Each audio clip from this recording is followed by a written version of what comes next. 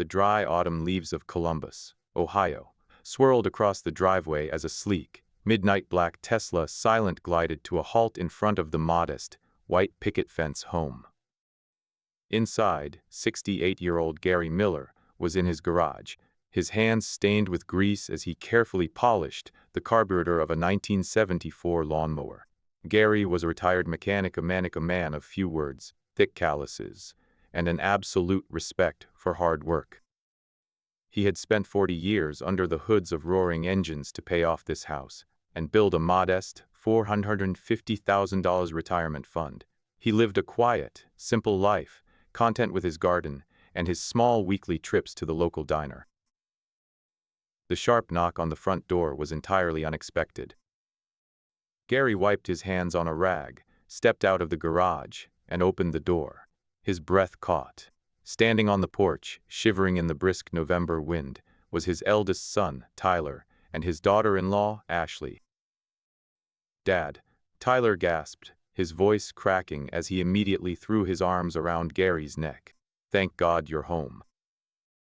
Gary hugged his son back, but his mechanic's eyes, trained to notice the slightest rattle in a machine, instantly picked up on the anomalies. Tyler was wearing a designer wool coat that probably cost more than Gary's monthly pension. Ashley stood behind him, clutching a brand-new Channel handbag, though her eyes were forcibly red and watery. They didn't look like people in distress. They looked like actors preparing for a stage play. "Tyler, Ashley, what are you kids doing here?" Gary asked, ushering them into the warm, cinnamon-scented living room. "I thought you were spending Thanksgiving in Chicago." "We were, Dad," Ashley sobbed, collapsing onto the floral sofa and burying her face in her manicured hands. "But our lives just fell apart. We had nowhere else to go." Tyler sat beside his wife, rubbing his face in mock exhaustion. "Dad, I lost the business. The Chicago firm, they pulled our contracts. We are completely bankrupt. The bank issued a foreclosure notice on our condo. If we don't pay $300,000 by the end of the month, they're going to throw us onto the street." Gary felt a cold lump form in his chest. $300,000? "We need to clear the high-interest debt immediately, Dad, or they'll seize everything," Tyler pleaded, grabbing Gary's rough hand with a desperate grip. "I know you have your 401k. I know it's your retirement, but please, Dad, we'll pay you back every single dime. We just need you to withdraw the funds. If you don't save us, your grandchildren won't have a roof over their heads." Ashley looked up, her eyes wide and pleading. "Please, Gary, you're our only hope."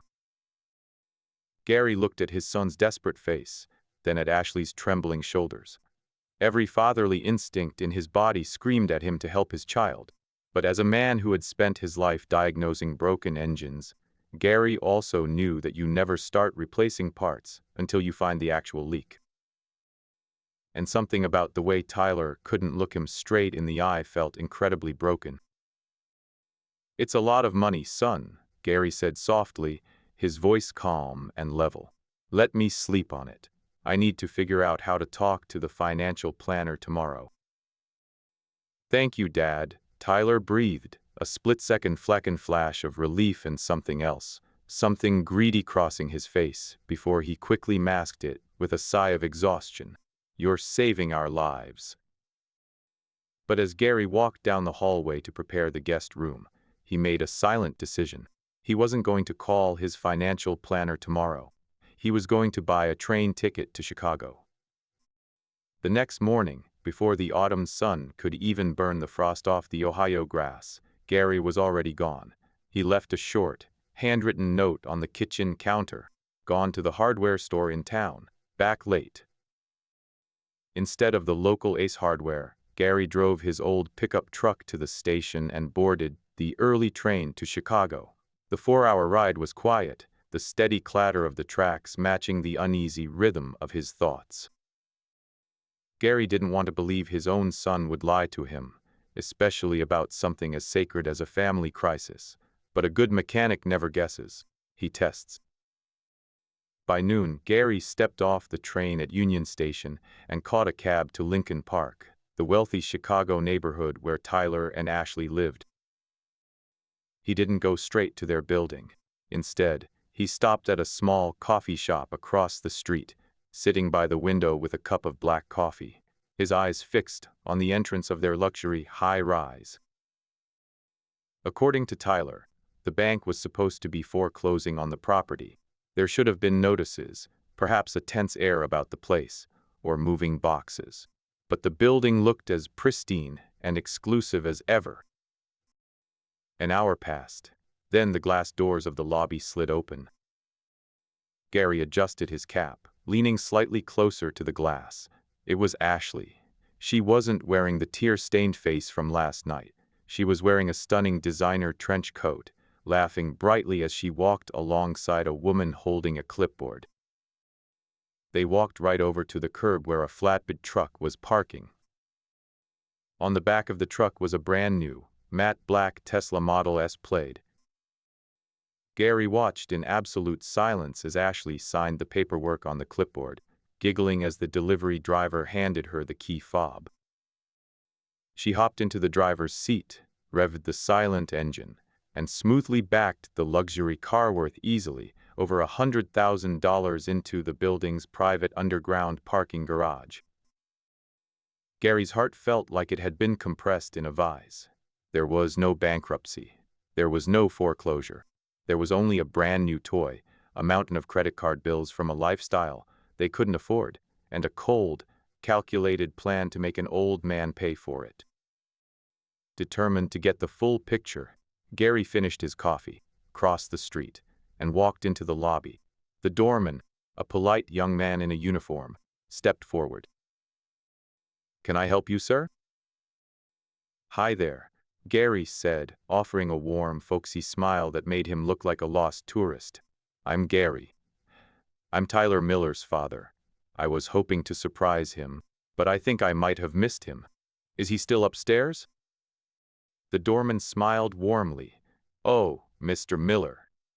Yes, Tyler is actually up in the penthouse right now.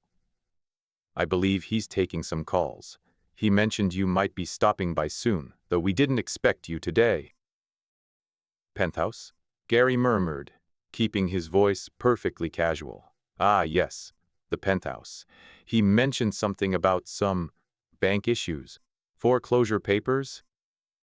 The doorman chuckled, shaking his head. "Foreclosure? Oh, definitely not, sir.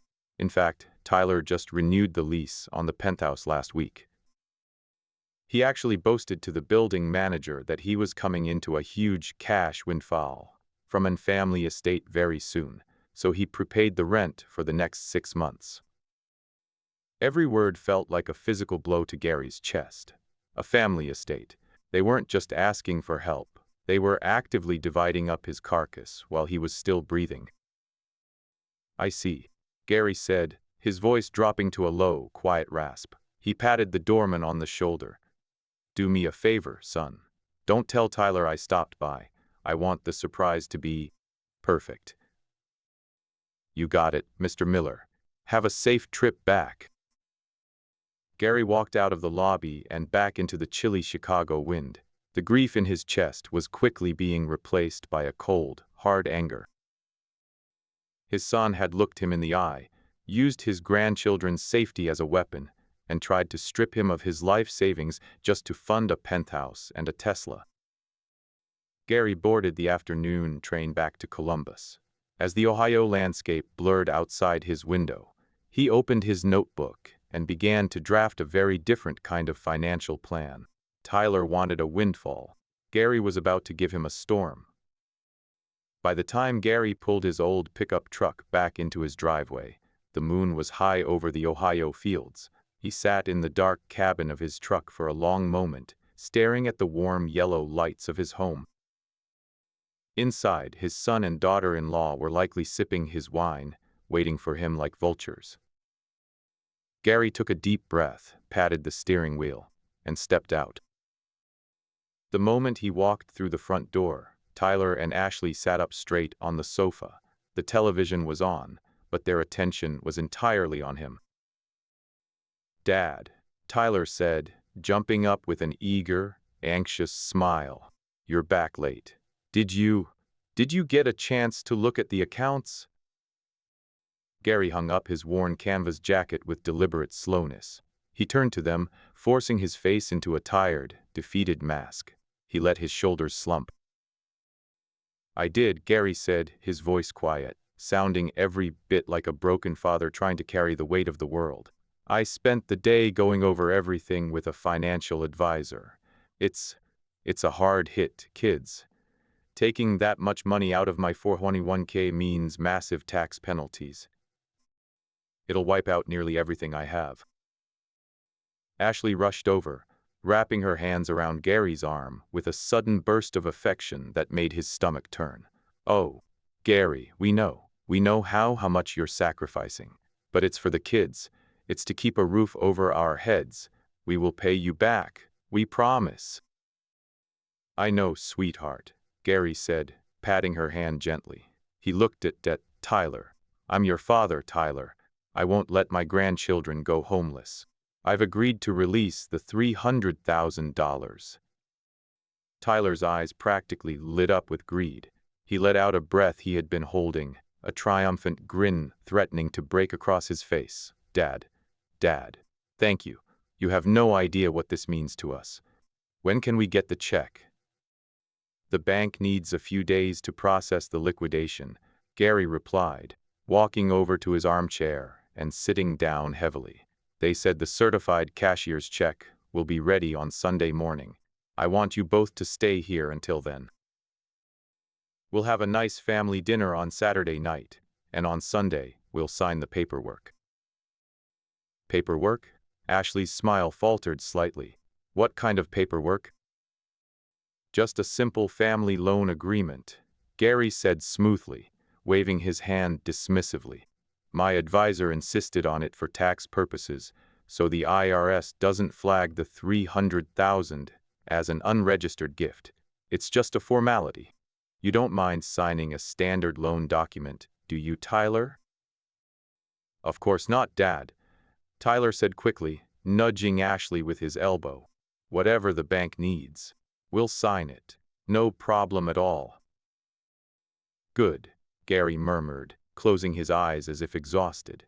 I'm going to turn in early. It's been a long day. The next morning, while Tyler and Ashley were still fast asleep, Gary drove to the downtown office of Miller and Associates, a law firm run by his cousin, Sarah. Sarah was a sharp, no-nonsense estate lawyer. She listened in absolute silence as Gary explained his trip to Chicago, the penthouse, the brand-new Tesla, and the lies his son had told him. By the time Gary finished, Sarah's jaw was clenched in tight anger. This is financial elder abuse, Gary, Sarah said, tapping her pen against her desk. They are manipulating you to strip your assets. If you give them that cash, you'll never see a dime of it back, and you'll be left with nothing. I know, Gary said, his voice hardening. That's why I'm not giving them a dime of my cash. I want to set up an irrevocable trust, Sarah. I want my entire 401k and the deed to my house transferred into it immediately. Sarah's eyes widened, and then a slow, knowing smile spread across her face. An irrevocable trust. Gary, you're brilliant. Once your assets are moved into that trust, they no longer belong to you personally. They belong to the trust. You can't touch them. You can't withdraw them for Tyler, and most importantly, creditors and greedy relatives can never touch them either. Exactly, Gary said. And I want the sole beneficiaries of that trust to be my grandchildren, locked away until they turn 25. I want you to draft the trust agreement. And I also want you to draft a very specific loan agreement for Sunday morning. What's in the loan agreement? Sarah asked, leaning forward. Gary leaned back, his calloused hands resting on his knees. A trap.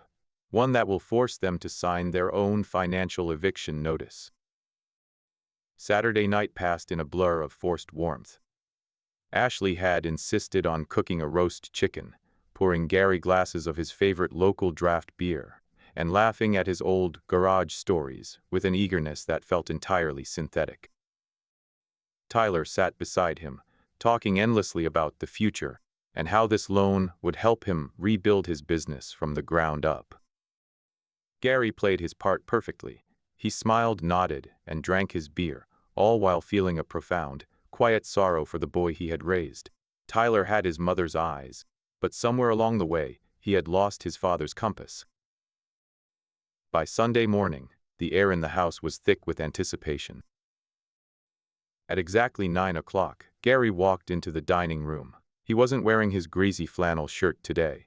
He wore his Sunday best, a neatly ironed blue button-down, and his silver hair combed straight back. In his hand, he carried a thick manila folder. Tyler and Ashley were already sitting at the mahogany dining table, 2 cups of coffee steam rising between them, their eyes locked onto the folder like hawks sighting prey. "Good morning, Dad," Tyler said, his voice tight with excitement.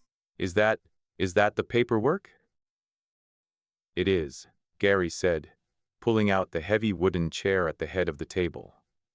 He sat down and slowly laid the folder on the polished wood, patting it with his calloused hand. "I spoke with Sarah, my estate lawyer.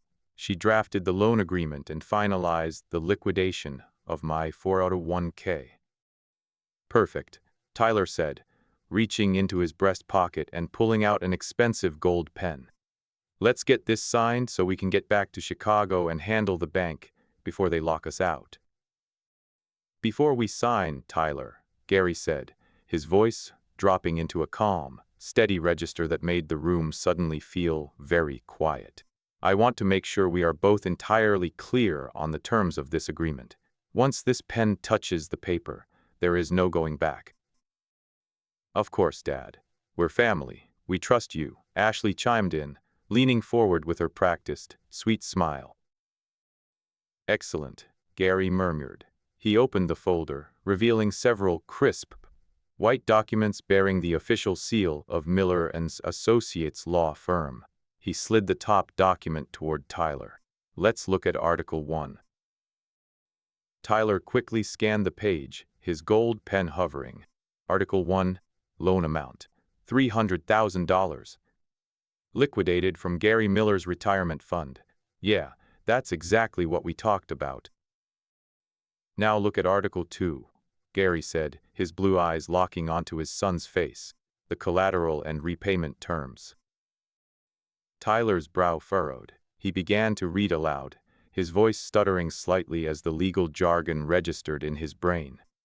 "In the event of default, or if the borrower's claim of corporate bankruptcy and imminent residential foreclosure is found to be fraudulent," Tyler stopped. His face went pale. He looked up at Gary, his knuckles turning white around his gold pen. "Dad, what is this?"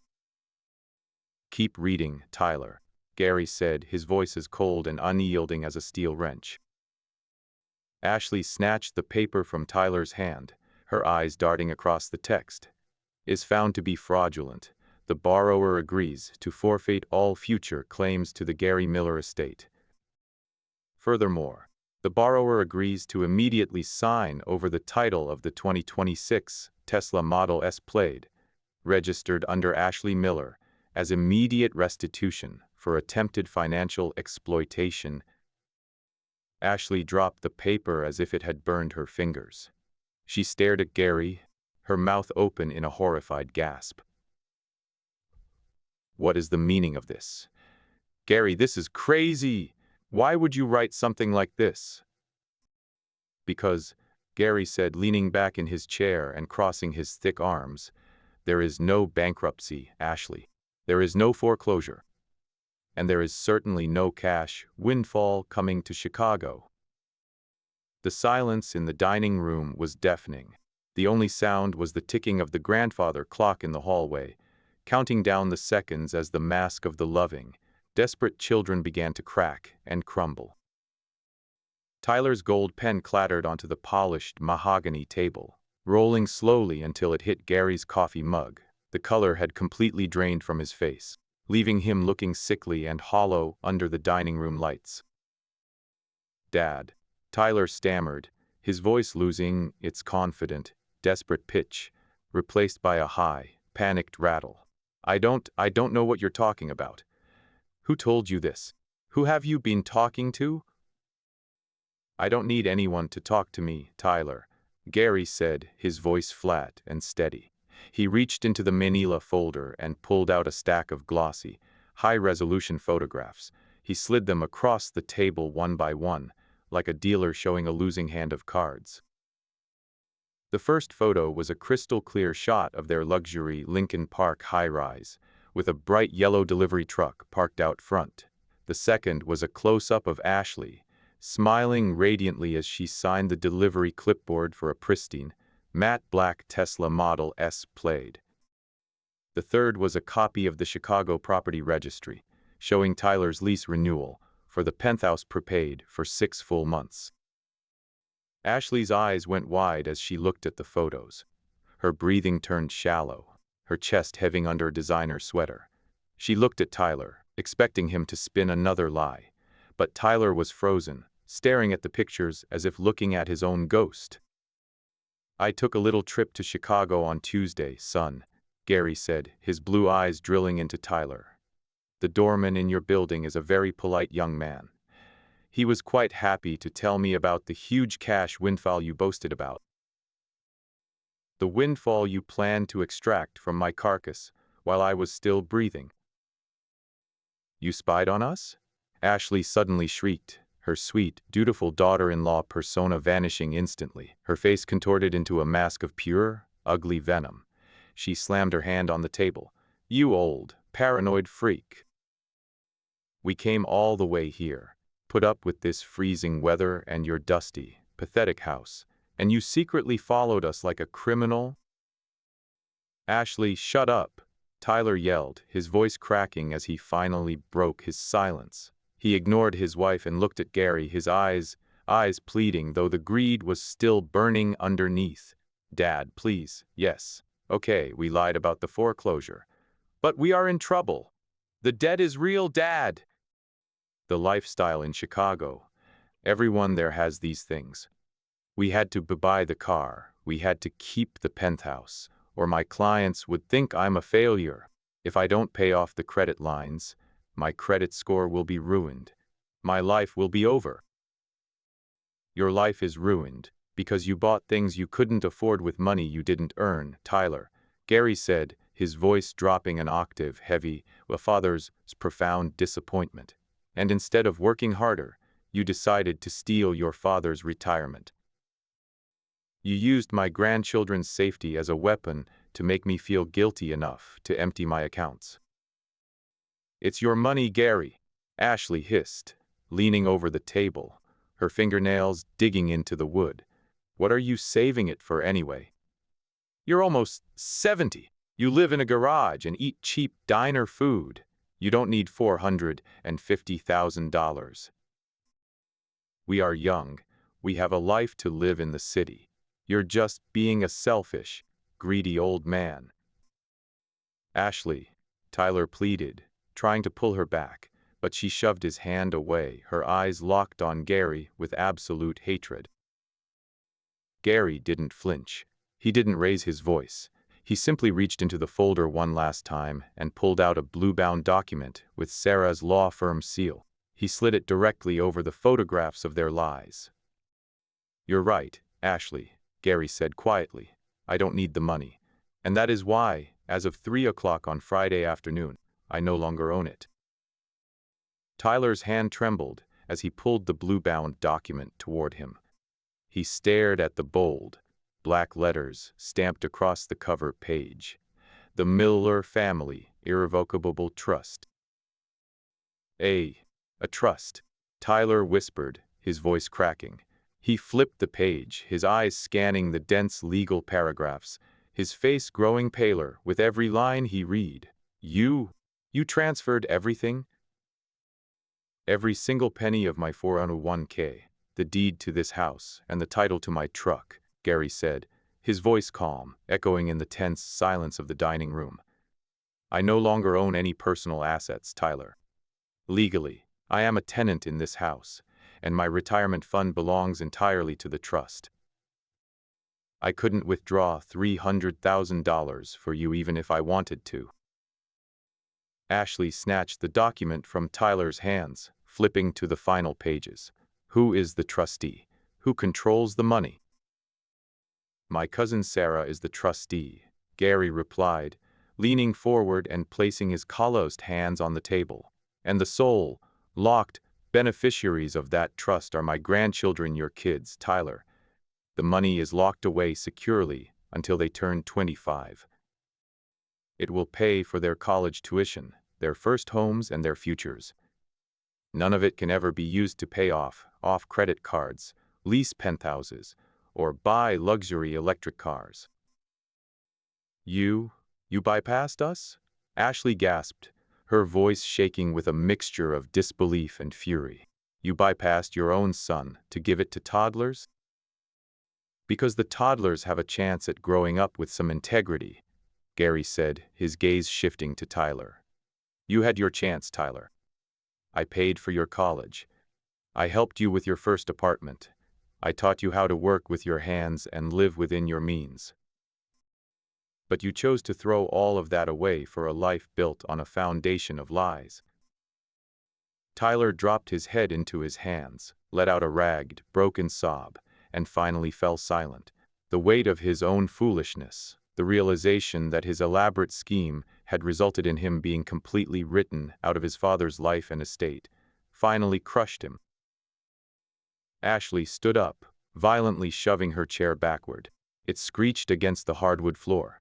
She snatched her designer handbag off the floor, her eyes flashing with a cold, desperate hatred.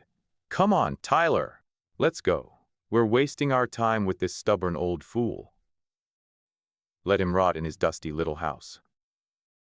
She marched down the hallway toward the front door, her high heels clicking loudly, before slamming the heavy oak door behind her. Tyler slowly stood up. He didn't look at the photos on the table. He didn't look at the trust documents. He couldn't even bring himself to look his father in the eye. He turned and quietly walked down the hallway, leaving the house he had tried to steal. A moment later, the low, electric hum of the Tesla faded down the driveway, leaving the Miller home in a profound, absolute silence.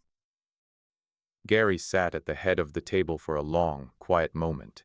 He looked at the empty chairs, the half-filled coffee cups, and the scattered photos. A heavy sigh escaped his chest, carrying away the last remnants of the tension that had gripped him all week. The betrayal hurt, but the books were finally balanced. His legacy was safe, his grandchildren's future was secured, and his home was his own once more. He stood up, gathered the coffee mugs, and walked into the kitchen. Outside the window, the cold Ohio wind rustled the bare oak trees.